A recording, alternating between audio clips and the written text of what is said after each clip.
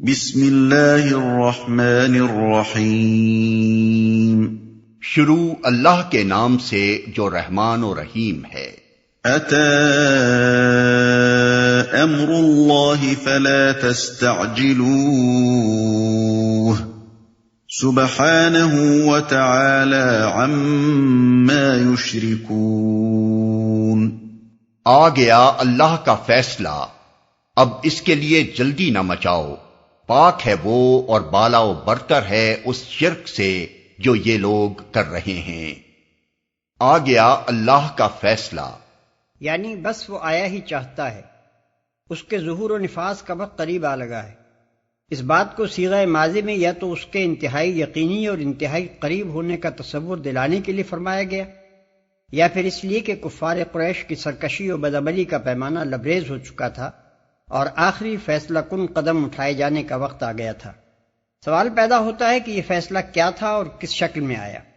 ہم یہ سمجھتے ہیں، اللہ عالم بالصواب، کہ اس فیصلے سے مراد نبی صلی اللہ علیہ وسلم کی مکے سے ہجرت ہے، جس کا حکم تھوڑی مدت بعد ہی دیا گیا۔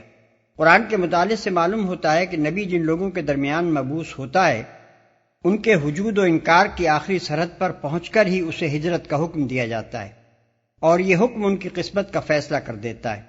اس کے بعد یا تو ان پر تباہ کن عذاب آ جاتا ہے، یا پھر نبی اور اس کے متبعین کے ہاتھوں ان کی جڑ کاٹ کر رکھ دی جاتی ہے۔ یہی بات تاریخ سے بھی معلوم ہوتی ہے۔ ہجرت جب واقع ہوئی تو کفار مکہ سمجھے کہ فیصلہ ان کے حق میں ہے، مگر 8-10 سال کے اندر ہی دنیا نے دیکھ لیا کہ نہ صرف مکے سے بلکہ پوری سرزمین عرب ہی سے کفر و شرک کی جڑیں اکھاڑ کر پھینک دی گئیں، جو یہ لوگ کر رہے ہیں۔ پہلے فقرے اور دوسرے فقرے کا باہمی ربط سمجھنے کے لیے پس منظر کو نگاہ میں رکھنا ضروری ہے۔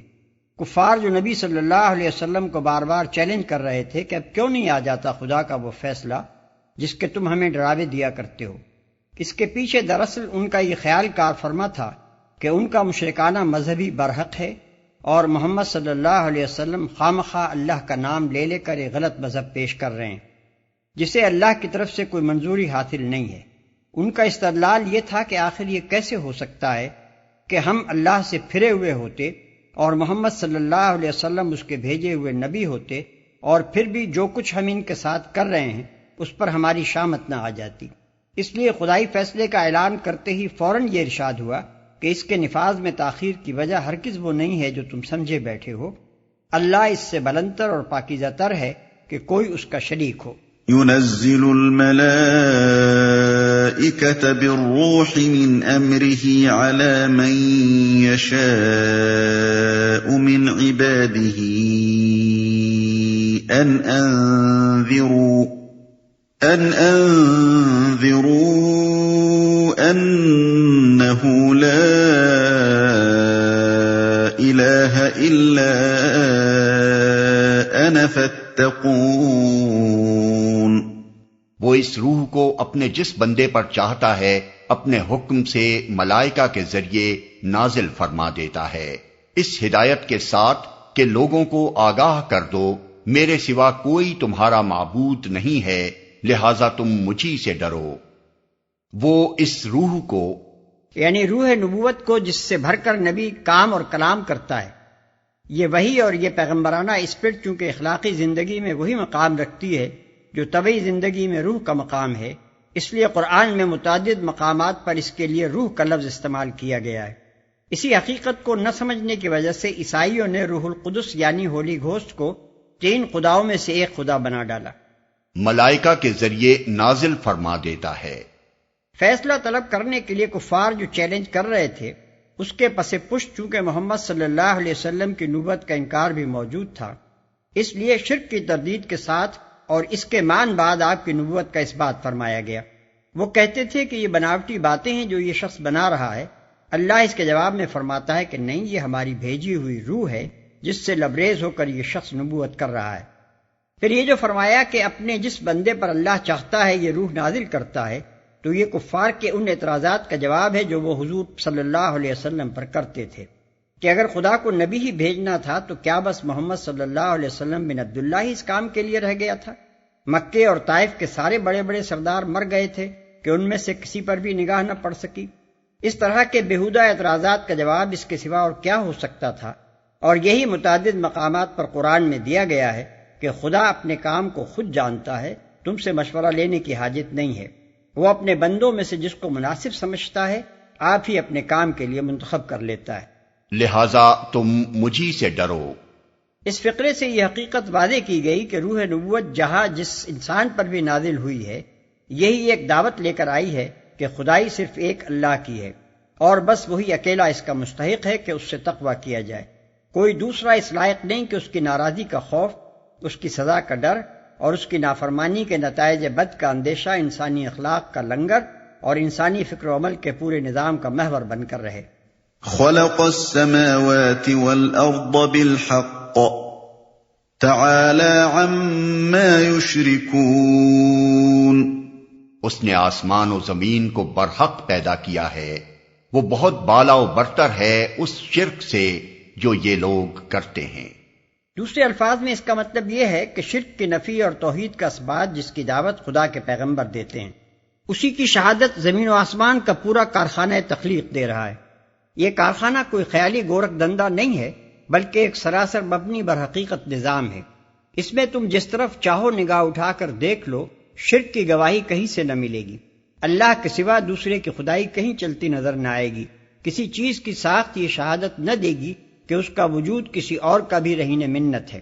پھر جب یہ ٹھوس حقیقت پر بنا ہوا نظام خالص توحید پر چل رہا ہے تو آخر تمہارے اس شرک کا سکہ کس جگہ روا ہو سکتا ہے، جبکہ اس کی تہ میں وہم و گمان کے سوا واقعیت کا شائبہ تک نہیں ہے۔ اس کے بعد آثار کائنات سے اور خود انسان کے اپنے وجود سے وہ شہادتیں پیش کی جاتی ہیں جو ایک طرف توحید پر اور دوسری طرف رسالت پر دلالت کرتی ہیں۔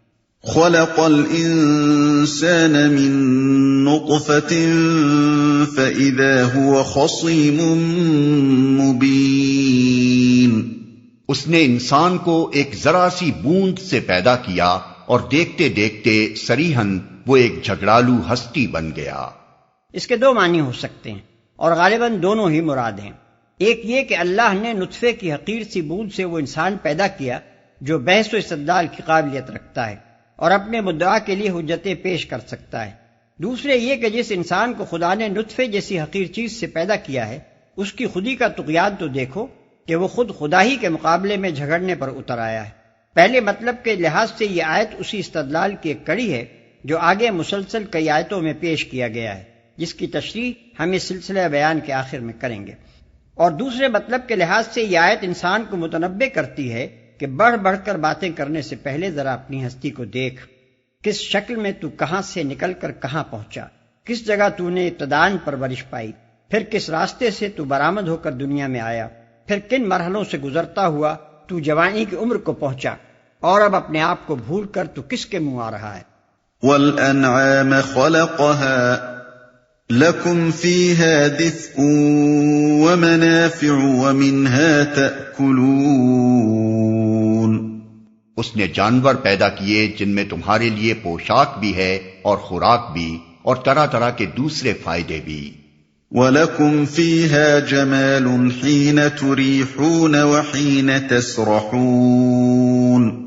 ان میں تمہارے لیے جمال ہے جبکہ صبح تم انہیں چرنے کے لیے بھیجتے ہو اور جبکہ شام انہیں واپس لاتے ہو۔ وَتَحْمِلُ أَثْقَالَكُمْ إِلَى بَلَدٍ لَمْ تَكُونُوا بَالِغِيهِ إِلَّا بِشِقِّ الْأَنفُسِ إِنَّ رَبَّكُمْ لَرَءُوفٌ رَحِيمٌ۔ وہ تمہارے لیے بوجھ ڈھو کر ایسے ایسے مقامات تک لے جاتے ہیں جہاں تم سخت جانفشانی کے بغیر نہیں پہنچ سکتے۔ حقیقت یہ ہے کہ تمہارا رب بڑا ہی شفیق اور مہربان ہے۔ وَالْخَيْلَ وَالْبِغَالَ وَالْحَمِيرَ لِتَرْكَبُوهَا وَزِينَةً وَيَخْلُقُ مَا لَا تَعْلَمُونَ۔ اس نے گھوڑے اور خچر اور گدھے پیدا کیے تاکہ تم ان پر سوار ہو اور وہ تمہاری زندگی کی رونق بنے۔ وہ اور بہت سی چیزیں تمہارے فائدے کے لیے پیدا کرتا ہے جن کا تمہیں علم تک نہیں ہے۔ یعنی بکثرت ایسی چیزیں ہیں جو انسان کی بھلائی کے لیے کام کر رہی ہیں، اور انسان کو خبر تک نہیں ہے کہ کہاں کہاں کتنے خدام اس کی خدمت میں لگے ہوئے ہیں اور کیا خدمت انجام دے رہے ہیں۔ وعلى الله قصد السبيل ومنها جائر ولو شاء لهداكم أجمعين۔ اور اللہ ہی کے ذمے ہے سیدھا راستہ بتانا، جبکہ راستے ٹیڑھے بھی موجود ہیں، اگر وہ چاہتا تو تم سب کو ہدایت دے دیتا۔ راستے ٹیڑھے بھی موجود ہیں۔ توحید اور رحمت اور ربوبیت کے دلائل پیش کرتے ہوئے یہاں اشارتاً نبوت کی بھی ایک دلیل پیش کر دی گئی ہے۔ اس دلیل کا مختصر بیان یہ ہے، دنیا میں انسان کے لیے فکر و عمل کے بہت سے مختلف راستے ممکن ہیں اور عملاً موجود ہیں۔ ظاہر ہے کہ یہ سارے راستے بیک وقت تو حق نہیں ہو سکتے، سچائی تو ایک ہی ہے، اور صحیح نظر حیات صرف وہی ہو سکتا ہے جو اس سچائی کے مطابق ہو، اور عمل کے بے شمار ممکن راستوں میں سے صحیح راستہ بھی صرف وہی ہو سکتا ہے جو صحیح نظریہ حیات پر مبنی ہو۔ اس نظریے اور صحیح راہ عمل سے واقف ہونا انسان کی سب سے بڑی ضرورت ہے، بلکہ اصل بنیادی ضرورت یہی ہے، کیونکہ دوسری تمام چیزیں تو انسان کی صرف ان ضرورتوں کو پورا کرتی ہیں جو ایک اونچے درجے کا جانور ہونے کی حیثیت سے اس کو لاحق ہوا کرتی ہیں، مگر یہ ایک ضرورت ایسی ہے جو انسان ہونے کی حیثیت سے اس کو لاحق ہے۔